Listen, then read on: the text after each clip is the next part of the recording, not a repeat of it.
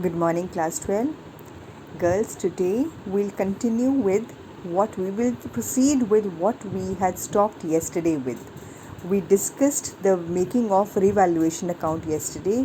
I discussed with you at the time of change in the profit sharing ratio because of reconstitution in the partnership agreement in partnership firm. In case there is change in the profit sharing ratio, the assets and liabilities are revalued. That we make with a T-shaped account called the revaluation account. I am revising this with you. Revaluation account is a T-shaped account. It's a nominal account. That means because of assets and liabilities, in case any loss is happening to the partnership, that is recorded on the debit side, and in case any profits are happening, that will be recorded on the credit side.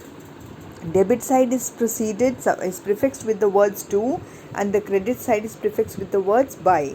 What will lead into losses for the partnership? Decrease in assets and increase in liabilities can be the causes of losses. So they will be recorded on the debit side of revaluation account, and credit side the increase in assets and decrease in liabilities can be the two causes of profits for the profits of the partnership business. So it will be recorded on the credit side. Whatever recorded on the credit side will be prefixed with the word Y. It can be increase in the value of assets or decrease in the value of liabilities. And in case any deficiency occurs on the debit side, that means the profits are more than the losses. The total effect will be the profit. The after effect is called the profit. Balancing figure is called the profit, which is distributed among the partners in the old ratio. In case the losses exceed the gains, the profits, the balancing figure is called the loss, which is also distributed among the partners in the old ratio.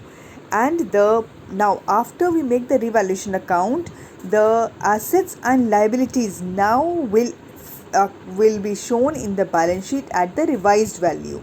Revised value means, suppose the asset before the reconstitution of the firm was 10,000. Now the firm revalues the assets, and it is found that value of asset is dropped by 10,000. See, I am showing it here. Suppose the value was 10,000 before the reconstitution occurred. The value was, this is the old value, this was 10,000. Now it is revalued,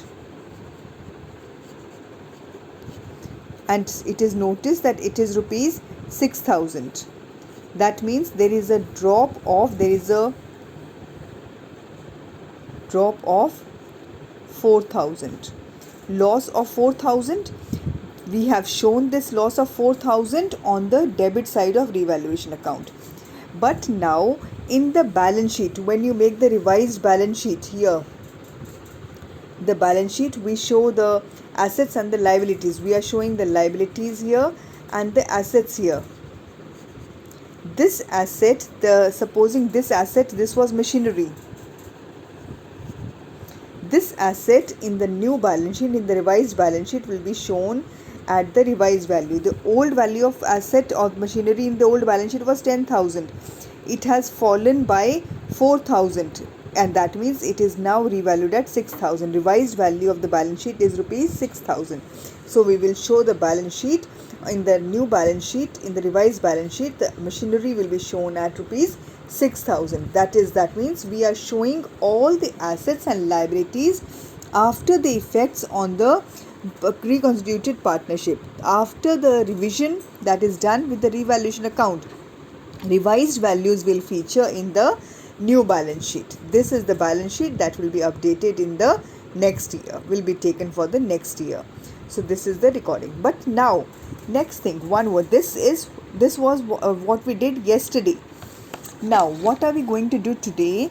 In case there can be an opportunity, there can be a circumstance where the partners feel that the changes have occurred, but we are not going to show those changes. They are not in the favor of revealing and displaying the changes in the revised balance sheet. So in that case, what is done? The loss and the profit arising because of that, like this. Then this loss that is arisen, the loss of 4,000 that is arising because of change in the value of balance sheet, a change in the value of asset, will be divided by the partners in the sacrifice ratio. So in that event we have to do two things. We have to find the sacrifice ratio. What is the sacrifice ratio? Sacrifice ratio means old ratio minus new ratio, and this loss that is arising will be distributed among the old partners in the sacrifice ratio. This will be done, and the balance sheet, that means the balance sheet will be shown at the old figures. In that case, the assets will be shown at the figure at which it was already featuring. Whatever is the reduction in the value of asset, that has been distributed in the sacrifice ratio between the old partner already. It will not be shown at the revised cost. The assets keep on being shown at the previous cost, at their ancient cost, at their historical value. It is shown, it was at 10,000, it will be shown at 10,000. No matter there is decrease in the value by 6,000, it has revalued now for 6,000, it will not be shown for 6,000, it will keep on showing for 10,000. Because of the revised value, whatever is the loss, that loss has been shared by the old partners in their sacrifice ratio. In that case, now what we do, we need, this was one example, one loss, so it was taken very easily, we have distributed it among the old partners. Suppose the losses are multiple, there are profits, there are many assets. On some asset there is loss, some asset there is profit. In that event, what do? We have to make a tally of losses and the profits, and that loss and profit is distributed among the partners in the sacrifice ratio. So in these questions, the first thing that is to be done is finding out of the sacrifice ratio. That is, the old ratio will be given in the question, new ratio will be given to us in the question, and old minus new will be sacrifice ratio. So first thing is finding out the sacrifice ratio. Then we have to distribute the losses. What will happen? What will be the cause of loss? Decrease in the asset and increase in liability, that is the cause of loss. And profit, in case, that means increase in the value of asset and decrease in the value of liability, will be the cause of profits. We'll add up the profits and minus the losses, and that total amount of loss will be distributed in the sacrifice ratio. Let us see in this question. This is continuation of the previous question. I'll take you to this next question. See here, girls, this is unsolved question number 55 in my book, and it is question number 61 in the new books. Question number 55 or 61. X, Y and Z are partners sharing profits and losses in the ratio of 5:3:2, and the balance sheet has been given on that date. What is decided? It was decided that with effect from 1st April 2016, the profit and loss sharing ratio will be 3:3:1. It was, what was the ratio earlier? The ratio was 5:3:2. Now it will be 3:3:1. And on that day, it is agreed, following things have been agreed upon. Goodwill of the firm be valued at 2 years purchase of the average super profits of the last 3 years. Average profits the last 3 years have been given. We can find out the average profit and normal profits. Actual or average profit, normal profit. You know the formula for super profit. Super profit is the actual minus the normal profits. Both have been given here. So the first thing, we have to find out the super profit. See here, I've done that. First thing is super profit, the actual profit or the average profit, whatever is given here. It is given here straight away 1,08,000, and the normal profits are 66,000. So 1,08,000 minus 66,000, super profits are 42,000. We have to find out the goodwill according to super profit method. According to super profit method, goodwill is equal to super profit into number of years purchase. Very clearly it is given in the question. It is a question of 2 years purchase. 2 years purchase of super profits. See here, at a 2 years purchase of super profit. So we multiply the super profits into 2. 42,000 is the super profit, and actual minus normal is the super profit. 42,000 into 2, 84,000 is the value of goodwill. Now other losses. Now what will be the cause of loss? Increase in assets, increase in liabilities and decrease in assets can be the causes of losses, and vice versa. Provision on debtors be reduced. Provision be reduced. If provision on debtors is being reduced by rupees 2,000, will it be profit or loss? The debtors are reduced by rupees 2,000. Let us see. Then value of stock be increased. Stock is increased by 10%. The asset is being increased by 10%. Value of asset is increased by 10%. And machinery be valued at rupees 1 lakh. Machinery is valued at 1 lakh. Let us see what is the value of machinery. Machinery is given at 1,54,000 and machinery will now be valued at 1 lakh. So that means there is a drop in the value of machinery. We have to record all these things. An item of 3,000 included in sundry creditors is not likely to be claimed. Sundry creditors are decreasing. Now let us see, we will put them in order. The machinery is dropping from 154, it is dropped by 1 lakh, that means drop of 54,000. Then there is provision for doubtful debt is decreasing.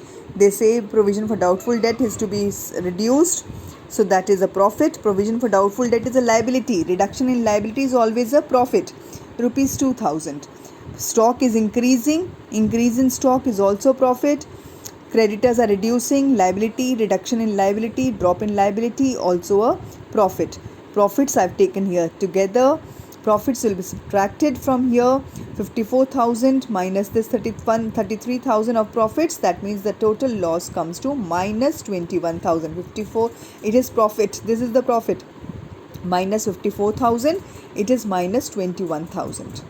This minus 21,000 and 84,000 was the value of goodwill. We had already found out 84,000 minus 21,000. It will be a positive or plus sign of 63,000. 84 minus 21, 63,000. This is the actual amount that will be distributed among the by the partners. In which ratio? In the sacrifice ratio. We have to calculate sacrifice ratio. Old ratio 532 was given. New ratio 331 is given. Old minus new for all these I have calculated in rough, and it is coming out to be 570 minus 9 by 70 and 4 by 70. When we do, girls, old ratio minus new ratio is the sacrifice ratio. In case it is positive, it means it is a case of sacrifice. In case old minus new is minus, that is 3 by 10 here and 3 by 7 here, it will be a case of minus. Minus means old minus new. In case it comes to negative, it is called gain. It is a ratio. It is a case of gain. X and Z are sacrificing and Y is gaining. 9 by 70 share. Now what will we do with this sacrifice and gain? This total profit or loss that has been calculated will be distributed among the partners in the sacrifice ratio. This is the total profit. Total loss 63,000 into 5 by 70. 63,000 into 9 by 70. 63,000 into 4 by 70. This is minus 9 by 70 means minus. Minus means debit and plus means credit. Credit means sacrifice. Sacrificing one. What was the entry I told you? Gaining partner to sacrificing partner. So gaining partner is Y. Y will be debited to X and to Z. This will be the journal entry. Y debited with 8,100 and X credited with 4,500. Z credited with 3,600. Y to X to Z is the journal entry for the balance sheet. That will be, this entry will be made, and there is no need for making any revaluation account. The adjustment for all the assets and liabilities at the revised value is done. Are we clear with this? Okay.